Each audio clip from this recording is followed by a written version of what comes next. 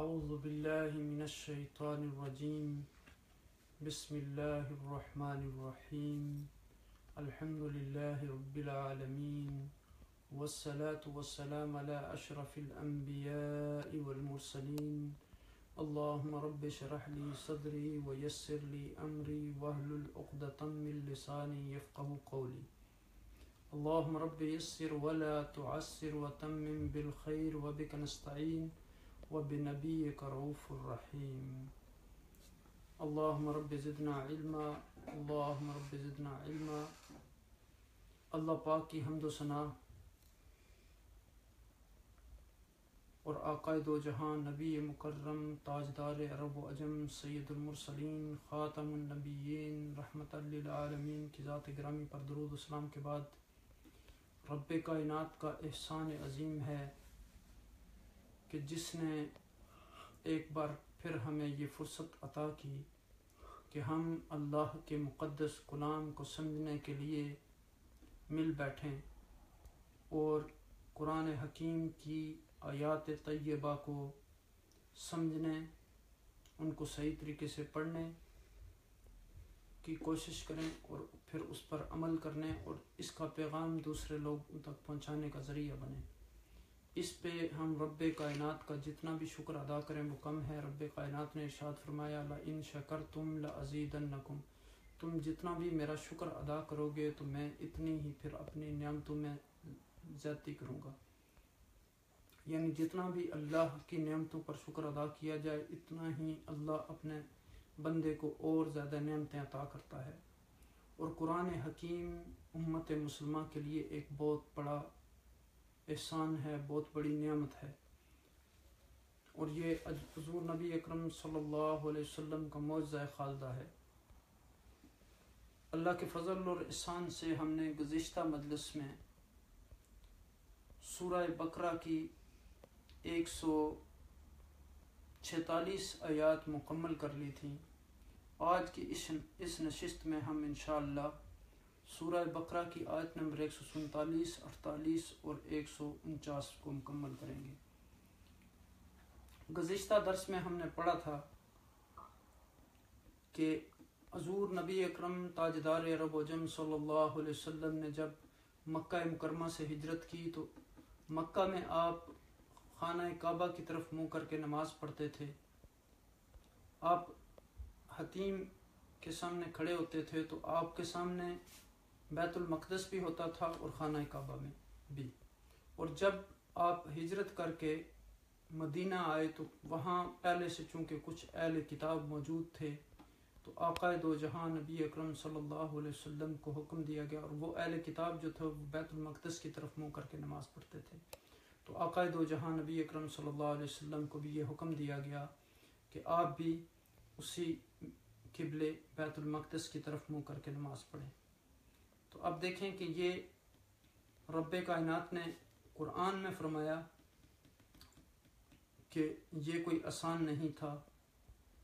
وَإِن كَانَتْ لَكَبِيرَةً إِلَّا عَلَى الَّذِينَ هَدَى اللَّهُ، یعنی یہ حکم آپ دیکھیں کہ ایک طرف تو انہوں نے ہجرت کی تھی، اپنے وطن کو چھوڑا تھا، اور آپ کو پتہ ہے جب آقا دو جہاں مکہ مکرمہ کو چھوڑ رہے تھے تو بار بار مکہ مکرمہ کے پہاڑوں کی طرف دیکھتے تو فرماتے کہ لولا اخرجونی ما خرجت، اگر یہ لوگ مجھے یہاں سے نہ نکالتے تو میں کبھی بھی نہ نکل کے جاتا۔ تو وطن کی محبت آپ کو پتہ ہے کہ ہر شخص کے دل میں ہوتی ہے۔ تو آقا دو جہاں نبی اکرم صلی اللہ علیہ وسلم اور ان کے ساتھیوں نے ایک تو اپنا وطن چھوڑا تھا، اور اس کے بعد یعنی اب اپنے قبلے کی طرف یعنی منہ کر کے نماز پڑھنے سے بھی وہ جو ہے ان کو حکم دے دیا گیا کہ آپ بیت المقدس کی طرف منہ کریں خانہ کعبہ کی بجائے، لیکن چونکہ اللہ کا حکم تھا تو انہوں نے اس پر فوراً عمل کرنا شروع کر دیا۔ لیکن حضور نبی اکرم صلی اللہ علیہ وسلم کے دل میں یہ خواہش ہمیشہ سے موجود رہی کہ آپ کے قبلہ کو تبدیل کیا جائے، اور جو پہلا قبلہ تھا جو تمام انبیاء کا قبلہ تھا، اور حضور نبی اکرم صلی اللہ علیہ وسلم کو یہ علم بھی تھا کہ آخری وہ نبی تھے اور آپ کا قبلہ جو ہے وہ کعبہ ہوگا، تو آپ کی یہ شدید خواہش تھی کہ وہی پھر ہمارا قبلہ کعبہ بن جائے۔ تو اس پر پھر اللہ سبحانہ وتعالیٰ نے کہا کہ اے نبی اکرم صلی اللہ علیہ وسلم، آپ کا بار بار آسمان کی طرف تکنا ہم جو ہے وہ دیکھ رہے ہیں، تو اب ہم قبلہ اسی کو بنا دیں گے جس پر آپ راضی ہو جائیں گے۔ پھر آخر میں حکم دے دیا کیا کہ فَوَلِّ وَجْهَكَ شَطْرَ الْمَسْجِدِ الْحَرَامِ، تو پھر یعنی کہا کہ اب آپ اپنا منہ جو ہے مسجد حرام کی طرف پھیر لیں۔ اور پھر آپ دیکھیں کہ لوگ نماز میں تھے، رکوع میں ہی انہوں نے اپنا جو منہ ہے وہ قبلے کی طرف کر لیا۔ اور بعض لوگوں نے جو آپ کو پتہ ہے کہ دوسرے دن فجر کی نماز میں انہوں نے جب ان کو اطلاع ملی تو انہوں نے بھی اپنا چہرہ جو ہے وہ خانہ کعبہ کی طرف کر لیا۔ تو اللہ سبحانہ وتعالیٰ نے اس کے بعد مسلمانوں کو حکم دیا کہ اب تم جہاں کہیں بھی ہو، سفر میں ہو یا حضر میں ہو، وطن میں ہو یا غربت میں ہو، جہاں بھی ہو تمہارا مرکز و محور، تمہارے دل کی توجہ، تمہاری سمت جو ہے وہ کعبے کی طرف ہونی چاہیے۔ تو پھر نبی اکرم صلی اللہ علیہ وسلم کو یہ تسلی دی گئی کہ ان لوگوں کے لیے آپ کتنے بھی دلائل لے آئیں، یہ ایمان لانے والے نہیں ہیں۔ آپ دیکھیں کہ جب کسی آدمی کے دل پر وہ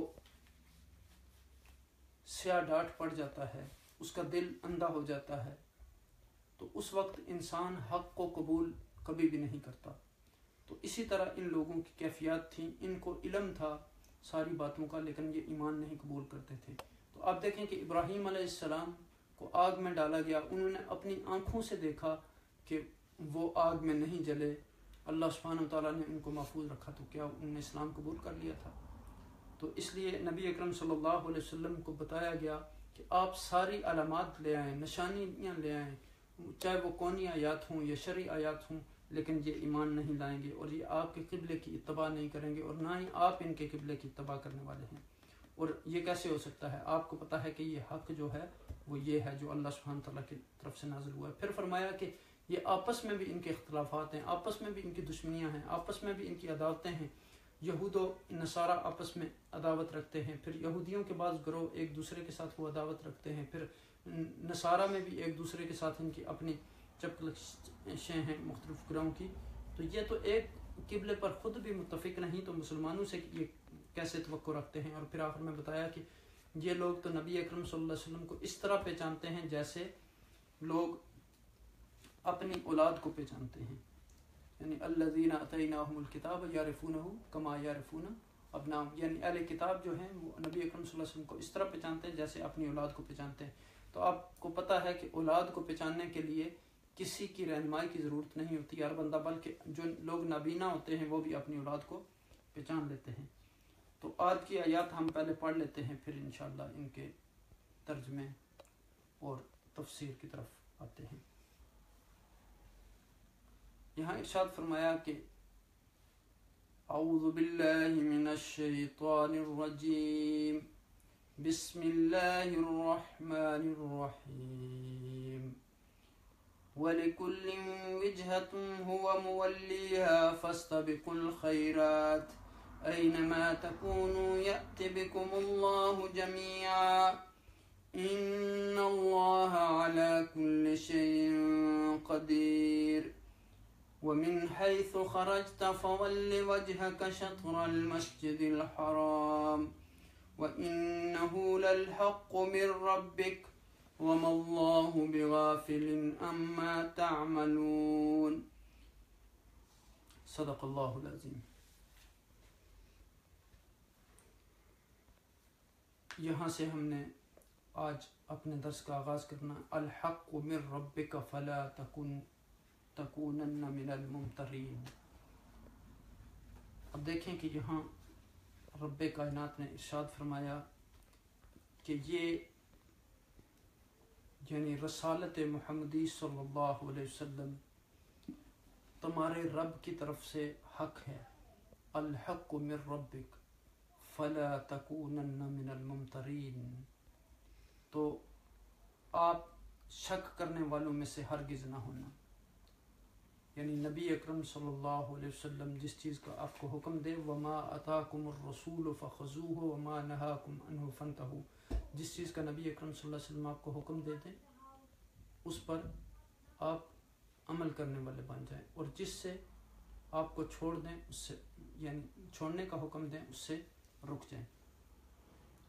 اور پھر فرمایا کہ وَلِكُلٍّ وِجْهَةٌ هُوَ مُوَلِّيهَا۔ اس آیت میں بظاہر تو حضور نبی اکرم صلی اللہ علیہ وسلم کو خطاب کیا گیا، لیکن اصل میں امت محمدیہ صلی اللہ علیہ وسلم کو یہ تاکید کی جا رہی ہے کہ حضور نبی اکرم صلی اللہ علیہ وسلم کی رسالت جو ہے وہ برحق ہے، لہذا یہود کی سازشوں میں آ کر آپ شک میں مبتلا نہ ہونا۔ پھر فرمایا کہ وَلِكُلٍّ وِجْهَةٌ هُوَ مُوَلِّيهَا فَاسْتَبِقُوا الْخَيْرَاتِ أَيْنَمَا تَكُونُوا يَأْتِ بِكُمُ اللَّهُ جَمِيعًا إِنَّ اللَّهَ عَلَى كُلِّ شَيْءٍ قَدِيرٌ۔ فرمایا کہ ہر قوم کے لیے ایک سمت مقرر ہے، وَلِكُلِّ وِجْهَةٍ هُوَ مُوَلِّيهَا، وہ اسی کی طرف منہ کرتی ہے، فَاسْتَبِقُوا الْخَيْرَاتِ، پس تم نیکیوں میں دوسروں سے آگے بڑھو، أَيْنَمَا تَكُونُوا، تم کہیں بھی ہو، یأتی بکم اللہ جمیعا، اللہ تعالیٰ تم سب کو لے آئے گا، ان اللہ علی کل شیء قدیر، یقیناً اللہ سبحانہ و تعالیٰ ہر چیز پر قادر ہے۔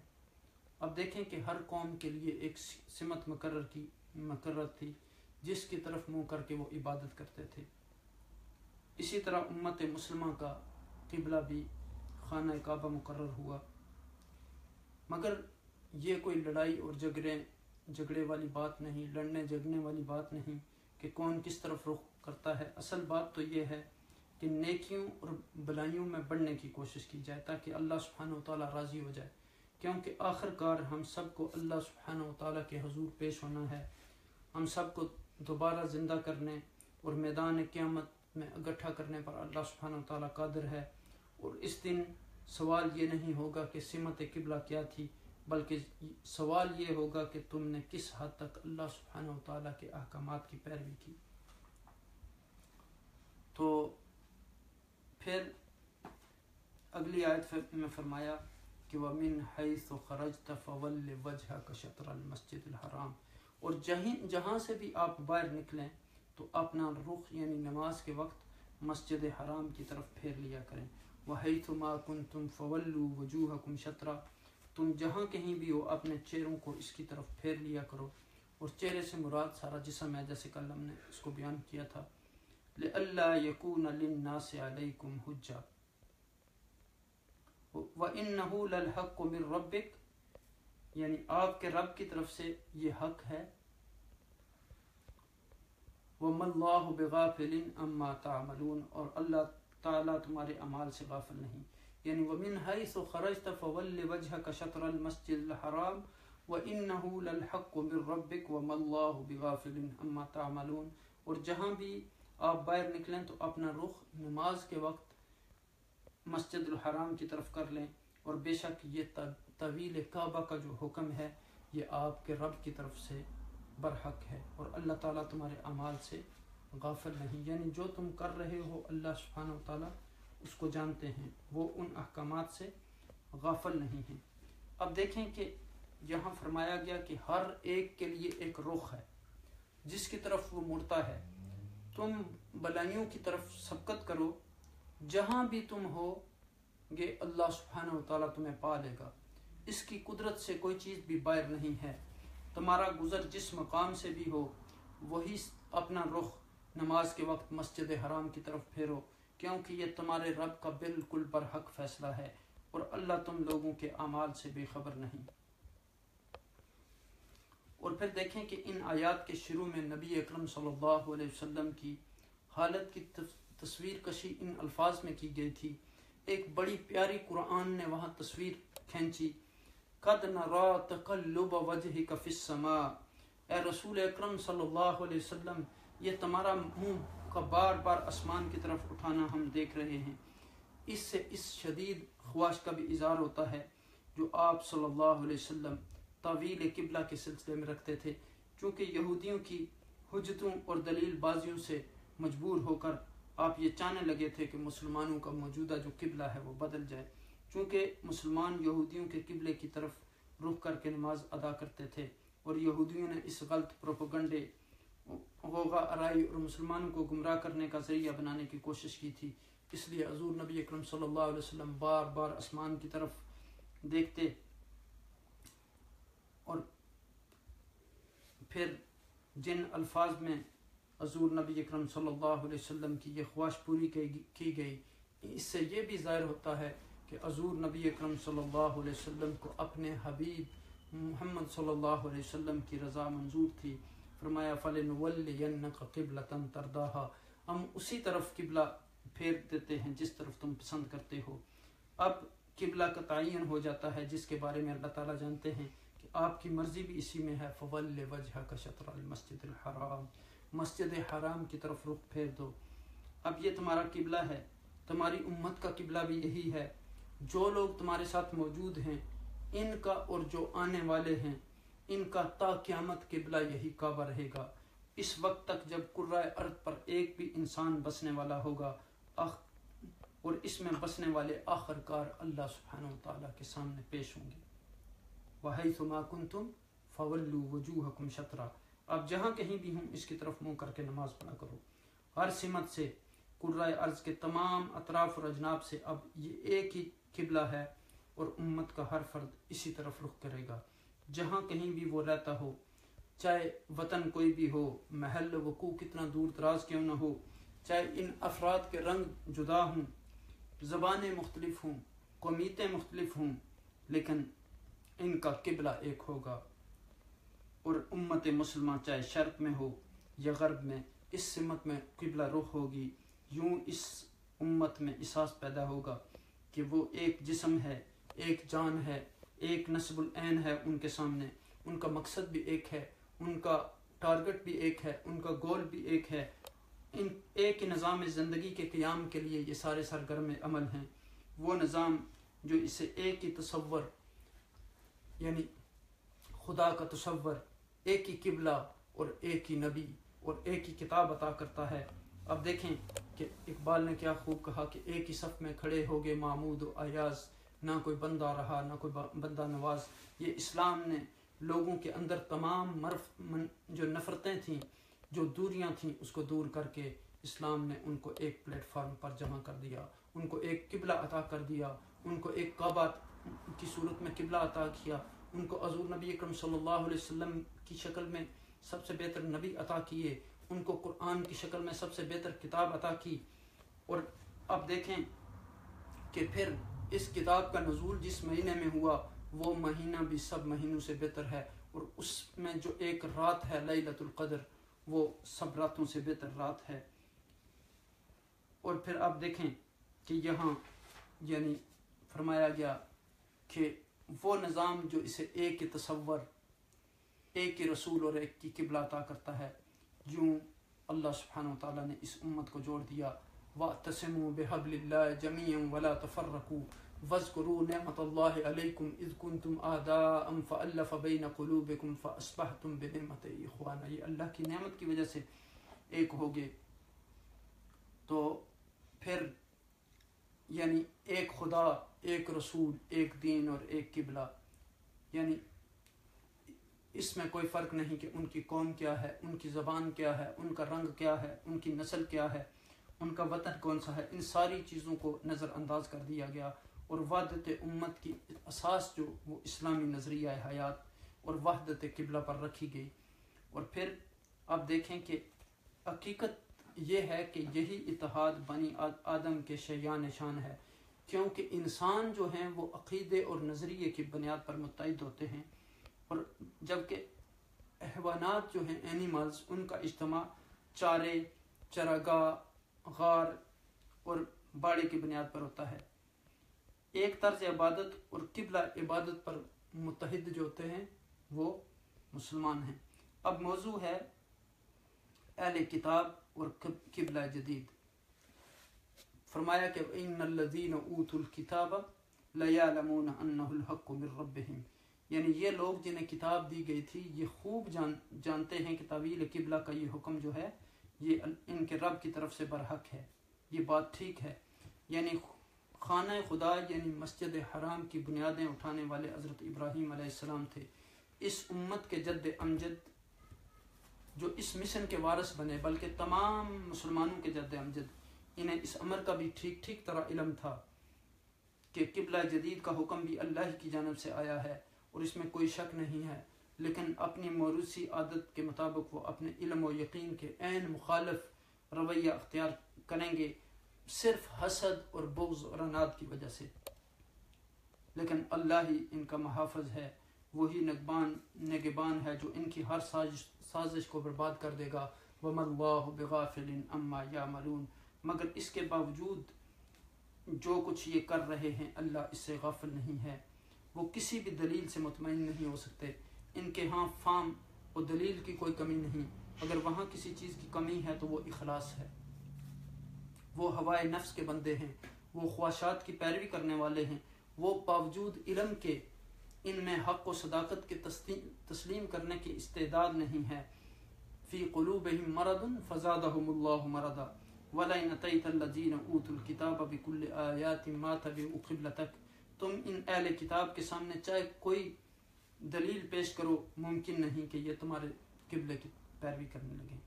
یعنی ان کی تکمیل جو ہے، ان کی نقیل وہ ہوائے نفس، اپنی نفسانی خواہشات کے ہاتھ میں ہے، دنیاوی مسالے کے پیچھے یہ چلنے والے ہیں، اپنی ان کا مقصد، ان کا ایم، ان کے گولز دنیاوی مفادات ہیں، اخروی مفادات نہیں ہیں۔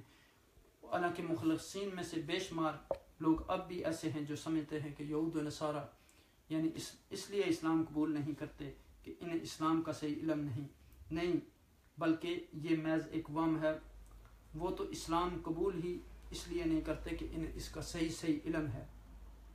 اب دیکھیں کہ یہ لوگ دو بدو بھی اور پس پردہ بھی یعنی برسر پیکار رہتے مسلمانوں کے خلاف، اور پھر اللہ تعالیٰ نے نبی اکرم صلی اللہ علیہ وسلم سے جو کہا کہ ہر وقت وہ اس کا مصداق ہیں، وَلَئِنْ أَتَيْتَ الَّذِينَ أُوتُوا الْكِتَابَ بِكُلِّ آیَاتٍ مَا تَبِعُوا قِبْلَتَكَ، یعنی تم اہل کتاب کے سامنے چاہے کتنے بھی دلائل لے آؤ، کونی دلائل، شرعی دلائل، لیکن یہ جو ہے یہ آپ کے قبلے کی پیروی نہیں کریں گے۔ یعنی اہل کتاب کا حال یہ ہے کہ مسلمانوں کے قبلہ اور اسلامی نظام میں زندگی سے مسلسل اراض کرتے چلے آتے ہیں، اور آپ بھی ان کے قبلے کی پیروی نہیں کریں گے، اور یہ قدرتی طور پر یہ موقف درست ہے۔ یعنی آپ صلی اللہ علیہ وسلم کی شان کے خلاف تھا یہ کہ آپ صلی اللہ علیہ وسلم کسی صورت میں بھی ان کی پیروی کریں یا ان کے قبلے کی پیروی کریں۔ یہاں قرآن نے یہ انداز اختیار کیا، اور آپ بھی ان کے قبلے کی پیروی نہیں کریں گے، یعنی جملہ اسمیہ منفیہ، اور یہ نہیں کہا کہ آپ ان کے قبلے کی پیروی نہیں کریں گے، کیونکہ پہلے فکرے کے ذریعے حضور نبی اکرم صلی اللہ علیہ وسلم کی مستقل وہاں شان بیان کی گئی۔ پھر دیکھیں کہ تعویل قبلہ کی مناسبت سے بتایا جاتا ہے کہ خود اہل کتاب کے مابین بھی قبلے جو ہیں ان میں شدید اختلاف رائے موجود ہے، وہ بھی بام متفق نہیں ہیں، کیونکہ ان کی خواہشات نفس بھی مختلف ہیں۔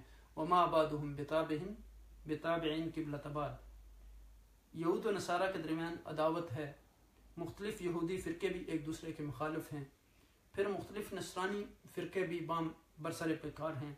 جب حضور نبی اکرم صلی اللہ علیہ وسلم کے ساتھ اہل کتاب کی عداوت ہے تو آپ پر اللہ کی طرف سے سچائی بھی نازل ہو گئی ہے، تو پھر آپ صلی اللہ علیہ وسلم کے لیے یہ کیوں کر درست ہو سکتا ہے کہ آپ ان کی خواہشات کی پیروی کریں۔ تو اب دیکھیں کہ اس کے بعد پھر مسلمانوں سے اس مختصر خطاب کے بعد اب روئے سخن جو ہے پھر اصل موضوع کی طرف لوٹ آتا ہے۔ بات وہی ہے کہ اہل کتاب اس بات کو یقینی طور پر جانتے ہیں کہ حق وہی ہے جس کا اظہار قرآن پاک میں کیا گیا اور جس کا حکم حضور نبی اکرم صلی اللہ علیہ وسلم دیتے ہیں، لیکن اپنے اس یقینی علم کے باوجود اس حق کو چھپاتے ہیں۔ کیوں؟ اس لیے کہ وہ خدا پرست نہیں بلکہ وہ نفس پرست ہیں۔ اب دیکھیں کہ انسانوں کی اپنی اپنی پرائرٹیز ہوتی ہیں، اپنے اپنے گولز ہوتے ہیں۔ کچھ لوگوں کی پرائرٹیز جو ہوتی ہیں وہ دنیاوی مفادات ہوتے ہیں، اور کچھ لوگوں کی پرائرٹی اخروی مفادات ہوتے ہیں۔ الذین آتیناہم الکتاب یعرفونہ کما یعرفون ابناءہم وان فریقا منہم لیکتمون الحق وہم یعلمون۔ فرمایا کہ جن کو ہم نے کتاب دی حضور نبی اکرم صلی اللہ علیہ وسلم کو اس طرح پہچانتے ہیں جیسے اپنے بیٹوں کو پہچانتے ہیں۔ اور اس پر پھر یعنی اب دیکھیں کہ ایک دوسری آیت میں جب یہ کہا گیا، یعنی اب دیکھیں کہ کیا حضور نبی اکرم صلی اللہ علیہ وسلم نے کبھی شک کیا؟ نہیں، ہرگز نہیں۔ ایک دوسری آیت میں جب یہ فرمایا گیا کہ فَإِن كُنتَ فِي شَكٍّ مِّمَّا أَنزَلْنَا إِلَيْكَ فَاسْأَلِ الَّذِينَ يَقْرَؤُونَ الْكِتَابَ مِن قَبْلِكَ، یعنی جو کلام ہم نے آپ کی طرف نازل کیے ہے، اگر آپ کو اس کے بارے میں کوئی شک ہے تو ان لوگوں سے پوچھ لو جو تم سے پہلے کتاب پڑھتے چلے آ رہے ہیں۔ تو اس پر آپ صلی اللہ علیہ وسلم نے فرمایا نہ مجھے شک ہے اور نہ ہی میں ان سے پوچھتا ہوں۔ تو پھر رسول خدا صلی اللہ علیہ وسلم کو ذاتی طور پر مخاطب کیوں کیا گیا؟ مسلمانوں کو متوجہ کرنا تھا، امت مسلمہ کو، وہ مسلمان جو آپ صلی اللہ علیہ وسلم کے ساتھ موجود تھے اور یہودیوں کے خرافات کی وجہ سے، ان کو شکوک و شبہات کی وجہ سے ان کے دلوں میں شک پیدا ہو گئے تھے، اور دینی معاملات میں یہودیوں کے اباطیل اور اکاذیب سے وہ جو ہے متاثر ہو چکے تھے۔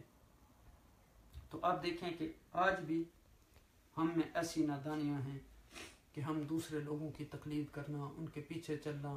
اگر کسی نے یعنی اچھے کپڑے پہن لیے تو ہم فوراً اس سے پوچھتے ہیں کہ یہ کپڑے کہاں سے لیے۔ کسی نے اچھا مکان بنا لیا تو اس میں بڑی ہم جلدی اس کی پیروی کرتے ہیں، تقلید کرتے ہیں۔ کسی نے اچھی گاڑی خرید لی تو آج ہم ایسا کیوں نہیں کرتے کہ دینی معاملات میں جو لوگ یعنی اس طرح کے یعنی ان کے اندر اخلاص ہے، وہ تقوی والے لوگ ہیں، ان کا تقوی میں اعلیٰ مقام ہے، وہ اللہ سے ڈرنے والے ہیں، تو ان کی تقلید کریں۔ تو اب دیکھیں کہ قرآن مجید ہمارے لیے کتاب شریعت ہے، وہ پوری امت مسلمہ کی کتاب ہے۔ یہ امت کی وہ دائمی کتاب ہے جو اسے پڑھتا ہے، اسے رائے عمل بتایا جاتا ہے، اور وہ یعنی اللہ سبحانہ وتعالیٰ اس کو اس میں سارے احکامات کھول کھول کے بیان کرتے ہیں، واضح نشانیاں بیان کرتے ہیں، اور بتاتے ہیں کہ جو اللہ اور اس کے رسول صلی اللہ علیہ وسلم کے راستے پر عمل کریں گے وہ اہل جنت میں سے ہوں گے، اور جو اس کی تکذیب کریں گے، اس کو جھٹلائیں گے، وہ جہنم میں جائیں گے۔ تو اس کے بالمقابل اہل کتاب بہرحال اہل کتاب ہیں، کفار ہیں، ان کا دین ہے اور ہمارا دین جو ہے وہ ہمارا دین ہے۔ اب اس بات کا رخ پھر ایک طرف دوسری طرف پھرتا ہے۔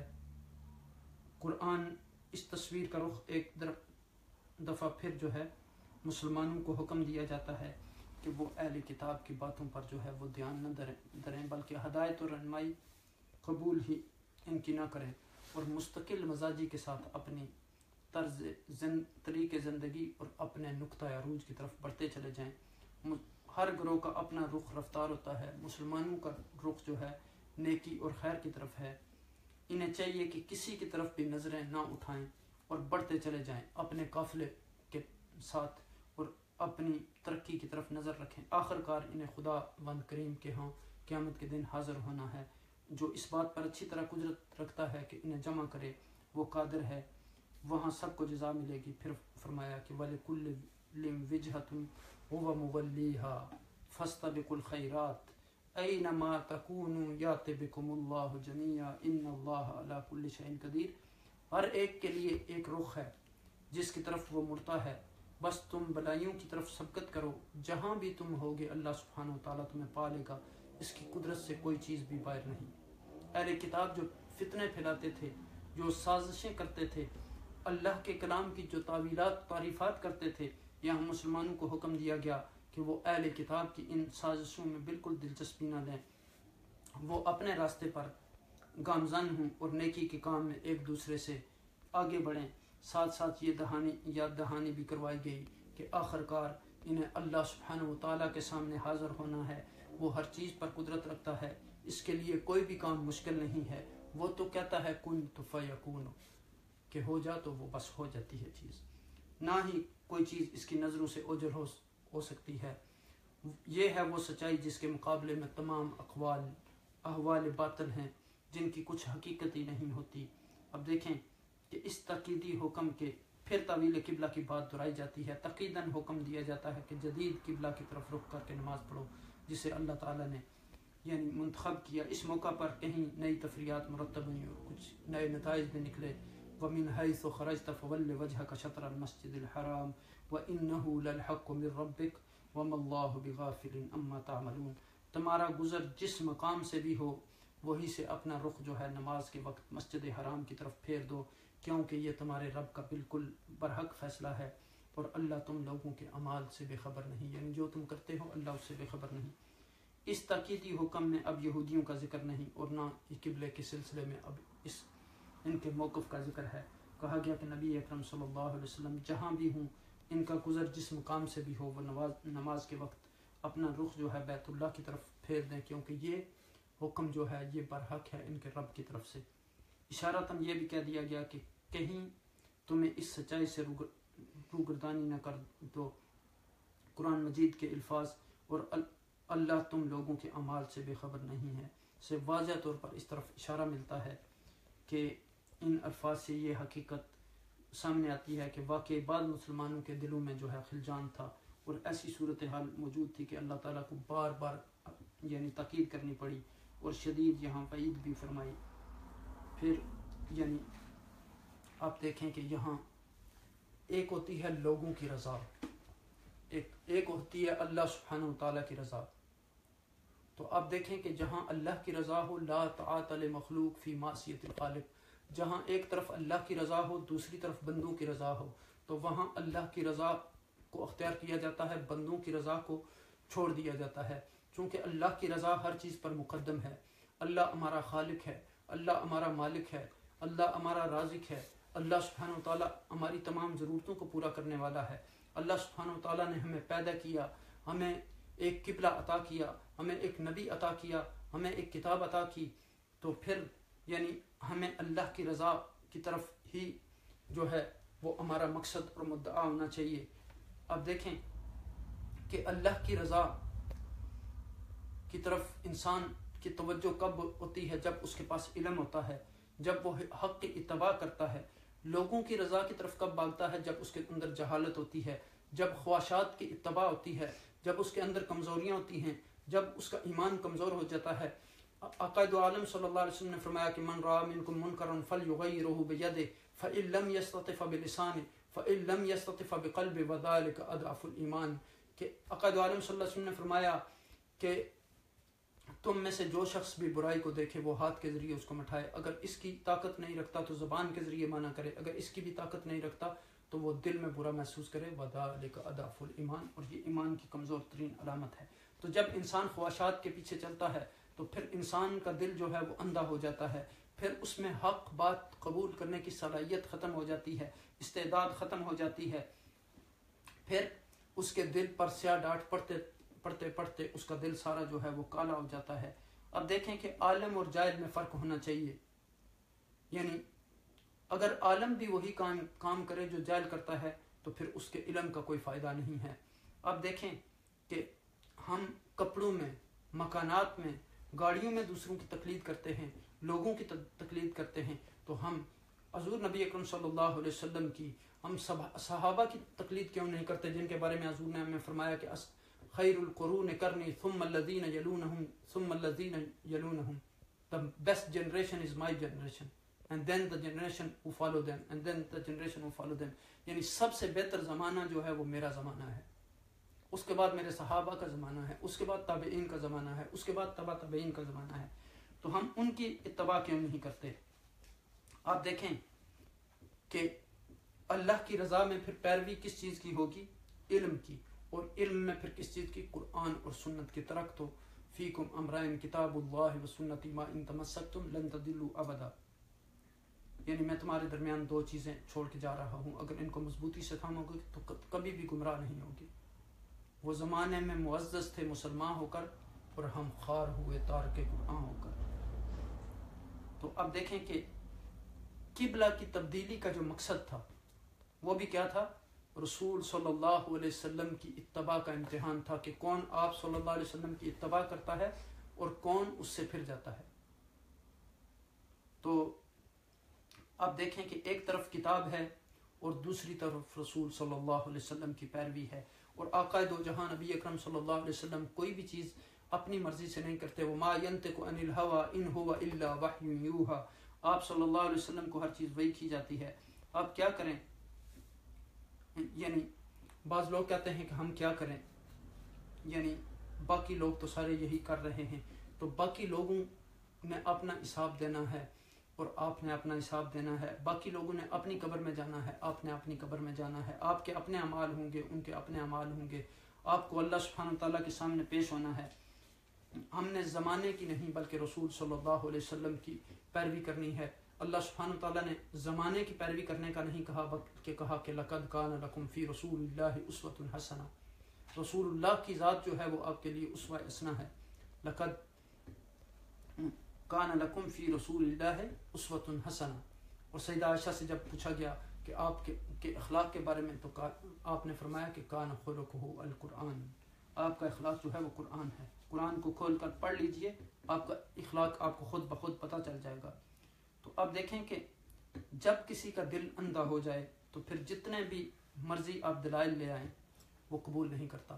جیسے میں نے ابھی آپ کو مثال دی کہ ابراہیم علیہ السلام کو جب آگ میں ڈالا گیا تو انہوں نے اپنی آنکھوں سے دیکھا کہ وہ جو رسی, جس رسی سے آپ کو باندھا گیا تھا, وہ رسی جل گئی, لیکن آپ نہیں جلے, آپ کو کچھ نہیں ہوا. لیکن اس کے باوجود وہ ایمان نہیں لائے تھے. کیوں؟ کہ ان کا دل اندھا ہوا تھا. الحق من ربک, یہ حق تمہارے رب ہی کی طرف سے ہے, حکم تیرے رب کی طرف سے آیا ہے. فلا تکونن من الممترین, تو آپ کسی شک میں مبتلا نہ ہوں, یعنی آپ شک کرنے والوں میں سے ہرگز نہ ہوں. جو چیز اللہ کے پاس سے آئی ہے وہ حق ہے اور سچ ہے, اور اس پر ایمان لانا واجب ہے. ایمان ایسا ہونا چاہیے کہ جس میں کوئی شک و شبہ نہ ہو, جس میں کسی شک کی گنجائش نہ ہو. اس کتاب کے بارے میں کیا فرمایا گیا کہ لا ریب فیہ. تو جب ہم اس کتاب پر ایمان لاتے ہیں تو ہم اس طرح ایمان لائیں کہ اس میں کسی شک و شبہ کی گنجائش نہیں ہے. یہ اللہ منزل من اللہ ہے. وَإِن كُنتُمْ فِي رَيْبٍ مِّمَّا نَزَّلْنَا عَلَىٰ عَبْدِنَا فَأْتُوا بِسُورَةٍ مِّن مِّثْلِهِ وَادْعُوا شُهَدَاءَكُم مِّن دُونِ اللَّهِ إِن كُنتُمْ صَادِقِينَ. اگر تمہیں شک و شبہ ہے تو پھر کہ نبی صلی اللہ علیہ وسلم کے رسول ہونے میں یا اس کتاب کے من اللہ حق ہونے میں, تو پھر اس جیسی ایک صورت لے آؤ. اور پھر دیکھو کہ یہاں یعنی فرمایا گیا کہ الحق من ربک, یہ آپ صلی اللہ علیہ وسلم کی طرف سے حق ہے. تو پھر ایمان میں کوئی شک نہیں ہونا چاہیے, کوئی شبہ نہیں ہونا چاہیے. ایمان یعنی اب دیکھیں کہ جب انسان کے اندر ایمان ہو جاتا ہے تو پھر پہاڑ بھی اس ایمان کو نہیں ہلا سکتے. صحابہ کو کتنی پھر تکلیفیں برداشت کرنی پڑی, کتنی مشقتیں برداشت کرنی پڑی, لیکن ان کو حق نظر آ چکا تھا. ان کو یعنی اللہ سبحانہ وتعالیٰ کی رضا مطلوب تھی. وہ سب چیزوں کو چھوڑ کے پھر اللہ والے ہو گئے تھے. تو پھر اللہ سبحانہ وتعالیٰ نے دیکھیں ان کے لیے کیسے راستے کھولے. تو ایمان وہی ہونا چاہیے جو شک سے خالی ہو, چونکہ شک جو ہے وہ اگر ایمان میں ہو تو وہ ایمان کو کھا جاتا ہے. اور پھر ایمان کے بعد ایک اور درجہ, آپ دیکھیں کہ اس سے پہلے اسلام ایک درجہ ہے. جیسے سورہ حجرات میں فرمایا گیا قالت الاعراب آمنا قل لم تؤمنوا ولکن قولوا اسلمنا. آپ صلی اللہ علیہ وسلم کو جب یعنی عرب نے کہا کہ وہ ایمان لے آئے, تو آپ صلی اللہ علیہ وسلم کو کہا گیا کہ آپ ان کو کہیں کہ آپ ایمان نہیں لائے, آپ یہ کہیں کہ ہم اسلام لے آئے, ابھی ایمان آپ کے دلوں میں داخل نہیں ہوا. اور پھر ایک کیفیت جو ہے اس کے بعد کی اطمینان کی کیفیت ہے. جیسے آپ دیکھیں کہ ابراہیم علیہ السلام نے رب کائنات سے یہ سوال کیا تھا کہ اے میرے رب, آپ مجھے دکھائیں کہ مردوں کو کیسے زندہ کریں گے. تو اللہ سبحانہ تعالیٰ نے فرمایا اولم تؤمن, کیا آپ اس پر ایمان نہیں لاتے؟ تو کہا کہ ایمان لاتا ہوں, یہ سچ ہے, یہ ہو کر رہے گا. لیکن قال بلا, یعنی کہا کہ مانتا ہوں, اس میں کوئی شک نہیں ہے, یہ سچی بات ہے. ولکن لیطمئن قلبی, لیکن میں چاہتا ہوں کہ میرے دل کو اطمینان ہو جائے. تو یہ جو دل کا اطمینان ہے یہ اگلا درجہ ہوتا ہے. ایک تو یہ ہے کہ انسان زبان سے کہتا ہے کہ لا الہ الا اللہ, میں اللہ کو مانتا ہوں, پھر آہستہ آہستہ اس کے یعنی اس کو یقین آنے لگتا ہے, پھر یقین کرتا ہے, علم حاصل کرتا ہے, پھر اگلا درجہ آ جاتا ہے, اور وہ ہے اطمینان قلب. جس طرح قرآن میں بھی فرمایا گیا کہ الا بذکر اللہ تطمئن القلوب, اللہ کے دلوں سے یعنی اللہ کے ذکر سے دلوں کو اطمینان نصیب ہوتا ہے. اور یعنی اس سے بھی پھر ایمان کے آگے بہت درجے ہیں, پھر انسان آگے بڑھتا جاتا ہے. لیکن ایمان ایسا ہونا چاہیے جس میں کوئی شک و شبہ نہ ہو, جس میں کوئی شک و شبہ کی گنجائش نہ ہو. اور جب بھی کوئی حکم اللہ سبحانہ تعالیٰ کا نازل ہو تو بندہ اس پر عمل کرے کہ سمعنا و اطعنا, ہم نے سنا اور اس پر عمل کیا. یعنی یہ ہمارے رب کا حکم ہے, یہ سچا حکم ہے, یہ حق بات ہے, جو میرے رب نے فرمایا وہ بالکل درست ہے, اس میں کوئی شک و شبہ کی گنجائش نہیں ہو سکتی. چاہے وہ ہماری سمجھ میں آئے یا نہ آئے, ہماری عقل محدود ہو سکتی ہے, بعض اوقات ہماری سمجھ میں نہیں آ سکتا، اس کو دوبارہ پڑھیں، اس کو کسی عالم سے پوچھیں، سمجھنے کی کوشش کریں. لیکن یہ نہیں ہے کہ انتم عالم ام اللہ، یعنی کیا تم زیادہ بہتر جانتے ہو یا اللہ سبحانہ وتعالیٰ؟ تو اللہ سبحانہ وتعالیٰ کی بات سب سے زیادہ بہتر ہے.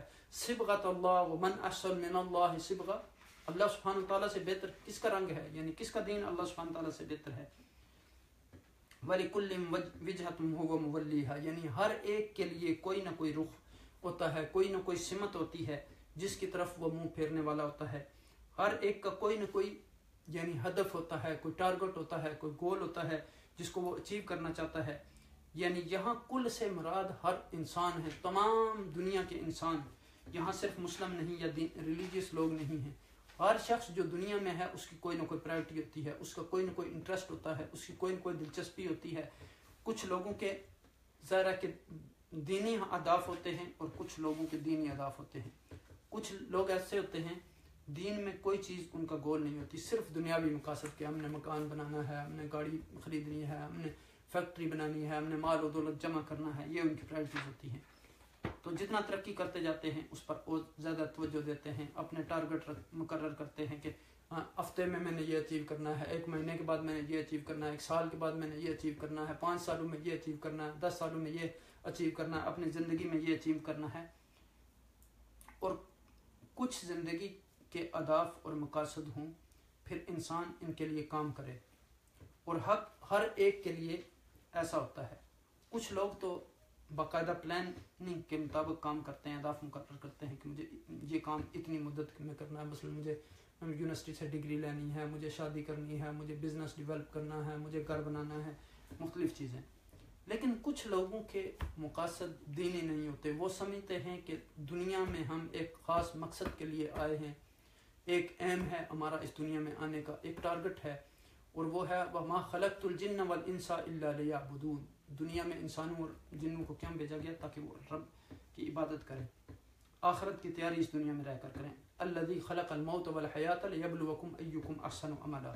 یعنی رب کائنات نے اس دنیا میں کیوں بھیجا؟ تاکہ وہ دیکھے کہ تم میں سے بہتر کون ہے، بہتر عمل کون کرتا ہے. تو وہ لوگ جو ہوتے ہیں وہ دنیاوی نہیں ہوتے، دینی لوگ ہوتے ہیں. تو وہ اپنی پرائرٹی کو کیا کرتے ہیں؟ وہ اخروی چیزوں کو جو ہے وہ اپنے سامنے رکھتے ہیں. یعنی معلوم ہوا کہ کچھ مقاصد، کچھ ہدف، کچھ ٹارگٹ، کچھ دلچسپیاں دینی ہوتی ہیں، اور کچھ ٹارگٹ، کچھ انسان جو اچیو کرنا چاہتا ہے وہ اخروی ہوتی ہیں. تو لیکن کچھ لوگ اگر نہیں بھی یعنی یہ پلان بناتے، لیکن ان کے دل میں کوئی نہ کوئی چیز ضرور ہوتی ہے، یعنی ان کا مطلب مقصد ہوتی ہے.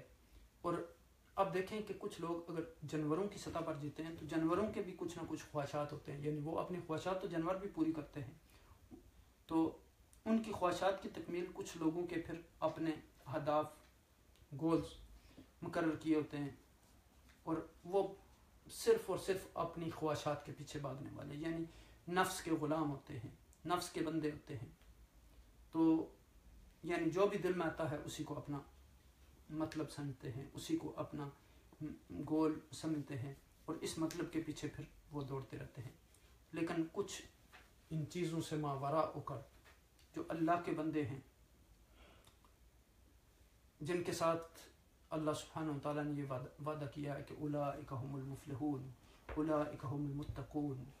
تو وہ لوگ جو ہیں وہ اپنے جب گول مقرر کرتے ہیں تو وہ آخرت کو سامنے رکھ کے کرتے ہیں.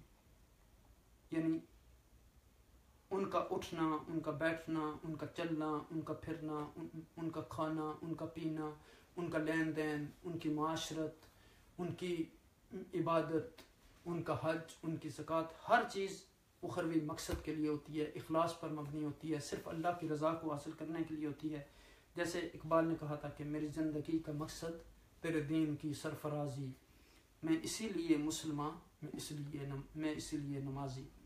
یعنی ان کی زندگی کا جو رخ ہے وہ بدل جاتا ہے، ان کی سمت تبدیل ہو جاتی ہے، اس کا رخ تبدیل ہو جاتا ہے.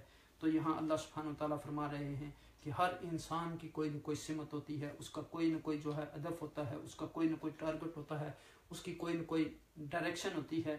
کوئی رخ زندگی میں ہوتا ہے، وَلِكُلٍّ وِجْهَةٌ، ہر ایک کا ایک زندگی کا مرکز ہوتا ہے، سینٹر آف لائف ہوتا ہے، وہ مولّیہا، وہ اسی کی طرف منہ کرتا ہے، اسی کی طرف اس کی دوڑ ہوتی ہے. جیسے کہتے ہیں نا کہ مولوی کی دوڑ جو ہے مسجد تک، تو آپ دیکھیں کہ جو ایک عالم ہوتا ہے، امام مسجد ہوتا ہے، تو اس کی فکر کس چیز میں ہوتی ہے؟ نمازوں میں ہوتی ہے، اخلاص میں ہوتی ہے، تقوی پر مبنی ہوتی ہے. تو بعض لوگوں نے اس جملہ کو بھی جو مذاق کے یعنی معنوں میں لے لیا، اور بعض لوگ پھر وہ یعنی انہوں نے مسجدوں میں جانا چھوڑ دیا کہ اب لوگ ہمیں کہیں گے کہ مولوی کی دوڑ جو ہے وہ مسجد تک ہے. تو وہ لوگ خوش قسمت ہیں جن کو لوگ یہ کہتے ہیں. آپ کو تو لوگ یہی کہتے ہیں نا کہ آپ اللہ کے گھر میں جا رہے ہیں، اور یہ ایسا گھر ہے اللہ کا کہ آقا دو عالم صلی اللہ علیہ وسلم نے فرمایا کہ احب الاماکن الی اللہ فی الارض المساجد، سب سے بہتر جگہیں جو ہیں اللہ کو پسند ہیں، یعنی جن کے ساتھ اللہ کی محبت ہے دنیا میں، وہ مساجد ہیں، اور سب سے بدترین جگہیں جو ہیں وہ بازار ہیں. تو اس کا مطلب اور مقصد کیا ہے؟ اللہ کی رضا. تو یعنی انہوں نے اپنا یعنی اس کو رخ ہی نہیں بنایا. دوسرے جو لوگ ہیں انہوں نے رخ کس چیز کو بنایا ہے؟ بازار کو، اپنے بزنس کو، اپنی دنیاوی پرائرٹی کو. تو وَلِكُلٍّ وِجْهَةٌ هُوَ مُوَلِّيهَا، جو جس کا رخ ہوگا وہ اسی کی طرف رخ کرے گا. یعنی ظاہر ہے کہ جس کی دلچسپی ہوتی ہے اسی کی طرف انسان بار بار لوٹ کے جاتا ہے. جس چیز سے آپ کو محبت ہوگی اسی کی طرف آپ کی توجہ ہوگی، اسی کی طرف پلٹ کے بار بار آپ جائیں گے. جب ایسا ہوتا ہے، اب تصور کریں کہ ماں باپ کی پرائرٹی کس چیز میں ہوتی ہے. ماں باپ جب بھی اپنی کوئی چیز سیٹ اپ کرتے ہیں تو اپنے بچوں کو دیکھتے ہیں کہ بچوں کا انٹرسٹ کس چیز میں ہے، ان کا فائدہ کس چیز میں ہے، کس طرح ہم ان کی کوئی کسی چیز میں نقصان تو نہیں ہو رہا. تو وَلِكُلٍّ وِجْهَةٌ هُوَ مُوَلِّيهَا فَاسْتَبِقُوا الْخَيْرَاتِ، تو ہمارا جو ایم یا ہدف یا گول کیا ہونا چاہیے؟ نیکیوں میں دوڑ لگانا. فَاسْتَبِقُوا الْخَيْرَاتِ، یعنی فَاسْتَبِقُوا کا مطلب کیا ہے؟ جلدی کرو، تیز چلو، دوڑو، دوڑ لگاؤ، ریس کس میں؟ خیرات میں، نیکیوں میں. ایک خیر نہیں کہیں خیرات، نیک کی طرف دوڑو. اینما تکونوا، یعنی نیکی کے کام سارے ہیں، چاہے وہ یعنی آپ اگر قرآن کی تلاوت کرتے ہیں تو نیکی ہے، قیام اللیل نیکی ہے، روزہ رکھنا نیکی ہے، حج کرنا نیکی ہے. یہ ساری عبادات بھی جو ہیں وہ یہ نیکیوں میں آتی ہیں. اینما تکونوا، جب بھی تم جہاں کہیں بھی ہوگے، یاتی بکم اللہ جمیعا، اللہ تعالیٰ تم سب کو ایک جگہ پہ جمع کر لے گا تاکہ حشر کے اعمال کا حساب دیا جا سکے. ان اللہ علی کل شیء قدیر، بے شک اللہ سبحانہ وتعالیٰ ہر چیز پر جو ہے قادر ہے. اس کے لیے کوئی مشکل نہیں ہے کہ وہ حشر کو برپا کرے، لوگوں کو ایک میدان میں اکٹھا کرے، ان سے حساب لے. اس سے آپ دیکھیں کہ ہمارے لیے کیا درس ہے اس میں، کہ ہمیں بھی اپنی زندگی کا کوئی مقصد بنانا چاہیے. انسان کو بغیر مقصد کے اپنی زندگی نہیں گزارنی چاہیے، اس کے لیے کوشش کرنی چاہیے. اور بہرحال اللہ کی پہنچ سے باہر کوئی بھی چیز نہیں ہے. جانا پھر ہمیں اللہ کی طرف سے پلٹ کر یعنی اسی کی طرف جانا ہے، گٹھے وہی ہونا ہے، جزا اسی نے دینی ہے، وہاں نتیجہ ہمارا سامنے آئے گا. رزلٹ ہمارا، ہم پیپر اپنے سبمٹ کر رہے ہیں، رزلٹ تیار ہو رہا ہے اور اس دن رزلٹ آؤٹ ہوگا. اس لیے ہمیں چاہیے کہ ہم اپنی روزمرہ زندگی کا کوئی مقصد بنائیں، اپنی ترجیحات سیٹ اپ کریں، اپنی دلچسپیاں. اب دیکھیں کہ یعنی جو اللہ کے بندے ہیں، یعنی ان کو اٹھتے ہوئے، بیٹھتے ہوئے، چلتے پھرتے وہ اللہ کو یاد کرتے ہیں. یعنی وہ کیا چیز ہے جس کی طرف ہم اپنا اگر محاسبہ کریں کہ جس کی طرف ہم پلٹ کر بار بار جاتے ہیں؟ کیا وہ قرآن ہے؟ کیا وہ نماز ہے؟ کیا وہ قیام اللیل ہے؟ کیا وہ نفلی روزے ہیں؟ کیا وہ اللہ اور اس کے رسول صلی اللہ علیہ وسلم کے راستے میں اپنا مال خرچ کرنا ہے؟ اگر یہ ہے تو پھر تو ہماری پرائرٹی درست ہے. یعنی بعض اوقات یہ ہوتا ہے کہ جسمانی طور پر یہ چیزیں نہیں بھی ہوتی. مثلا ایک آدمی ایک علمی مجلس میں بیٹھا ہوا ہے، ایک نیک آدمی کی صحبت میں بیٹھا ہوا ہے، لیکن ذہنی طور پر وہ کہیں اور ہے. تو کچھ لوگوں کی یعنی ٹیمپریری پرائرٹیز ہوتی ہیں، کچھ ہی پرماننٹ ہوتی ہیں، کچھ ہی ہمیشہ کے لیے ہوتی ہیں. یعنی تو اللہ کے بندے جو ہیں وہ کیا ہوتے ہیں؟